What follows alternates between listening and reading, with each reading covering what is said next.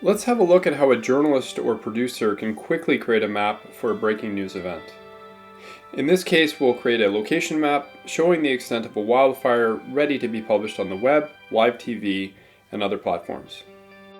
First, we'll select a map theme. These contain channel branding, including fonts and colors, and all visual elements that show your unique map design. Now let's search for and place a marker. The different marker types are created when building the map theme.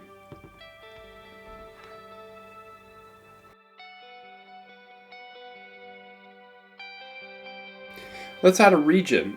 These are also possible to customize.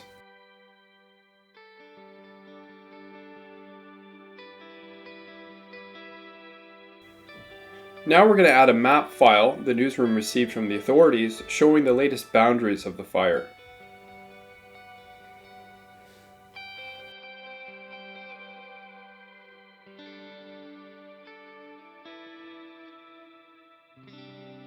We arrive at the publish step where you can publish the map to the different platforms.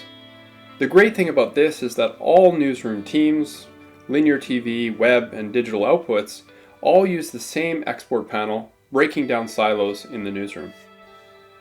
This also gives all newsroom staff the same map creation tool, meaning a version of the same map appears on all platforms, ensuring brand consistency. Let's head into the editor and add more detail to the map.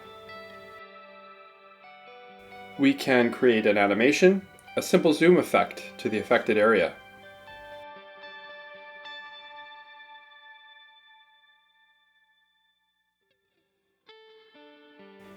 We can also draw shapes to further explain the story. This line shows where firefighters are digging a fire line. And we can enable a mini-map showing audiences where this is happening in a larger context. In everviz maps, you can also enable map layers.